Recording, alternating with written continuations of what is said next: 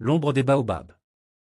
Il y a bien longtemps, au cœur du royaume de Kunda, s'étendait un village entouré de majestueux baobabs, considérés comme sacrés par ses habitants. Ces arbres immenses, que l'on disait habités par les esprits des ancêtres, étaient témoins des histoires les plus extraordinaires, mais aucune n'était aussi marquante que celle de Naya et Bako. Naya, fille unique du roi Mansa Kamara, était une jeune femme d'une beauté saisissante. Sa peau éclatante rappelait l'éclat des étoiles, et ses longs cheveux noirs cascadaient comme une rivière tranquille. Mais au-delà de sa beauté, elle était connue pour son esprit vif et sa compassion envers les plus démunis. Elle passait des heures à écouter les récits des anciens du village, fascinée par les légendes des esprits et des baobabs. Bako, lui, était tout le contraire. Fils d'un humble forgeron, il avait grandi dans la poussière des ateliers, apprenant l'art du métal dès son plus jeune âge. Ses mains calleuses créaient des bijoux si magnifiques que même les reines des royaumes voisins en convoitaient.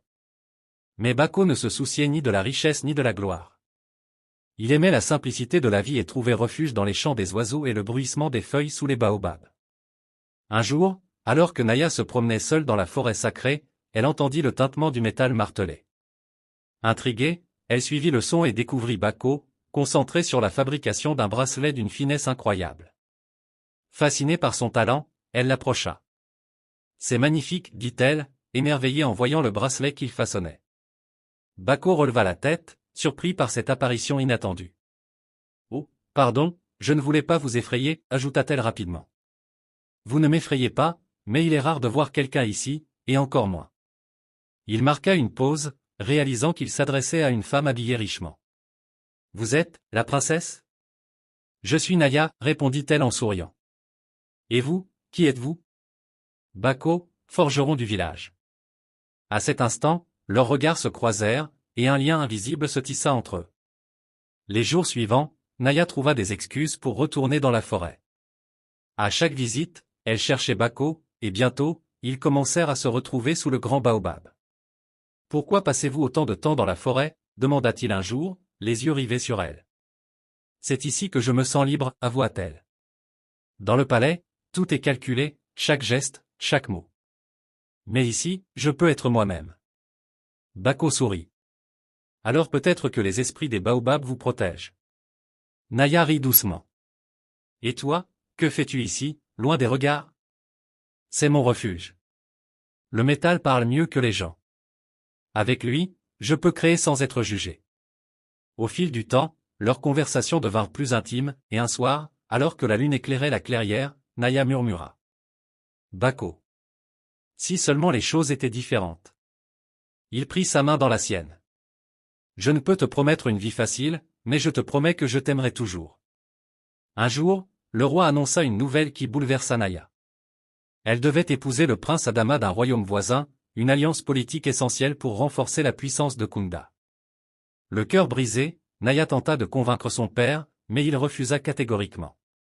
Tu es ma fille, et ton devoir est de servir le royaume, pas ton cœur.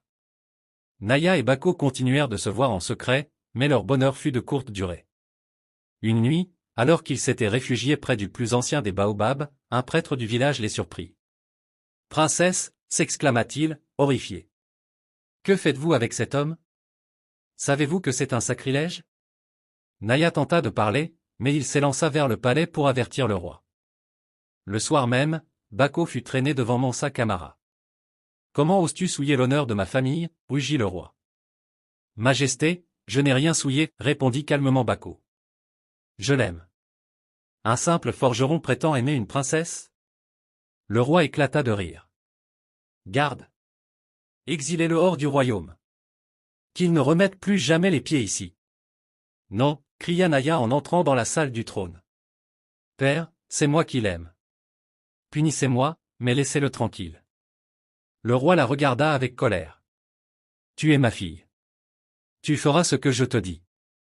Tu épouseras le prince Adama, et cette histoire honteuse sera oubliée. » Cette nuit-là, Naya s'échappa du palais. Sous le vieux baobab, elle retrouva Bako, qui l'attendait. « Tu n'aurais pas dû venir, » murmura-t-il, la serrant dans ses bras. « Je préfère mourir libre avec toi que vivre enchaîné dans un palais. » Soudain, une lumière étrange illumina l'arbre. Les esprits des baobabs apparurent sous forme de lueurs dansantes. « Vous défiez les traditions pour votre amour, dirent-ils d'une voix profonde. Mais cela a un prix. Êtes-vous prêt à renoncer à tout? Bako serra la main de Naya. Oui, répondit-il sans hésiter. Oui, ajouta Naya. Les esprits bénirent leur union et les protégèrent lors de leur fuite à travers la savane. Des années plus tard, leurs descendants revinrent à Kunda, apportant prospérité et sagesse au village. Les baobabs, témoins silencieux de leur amour, devinrent un symbole d'espoir et de courage. On raconte encore que, lorsque le vent souffle entre leurs branches, ce sont les murmures de Naya et Bako, rappelant qu'un amour sincère peut défier toutes les traditions.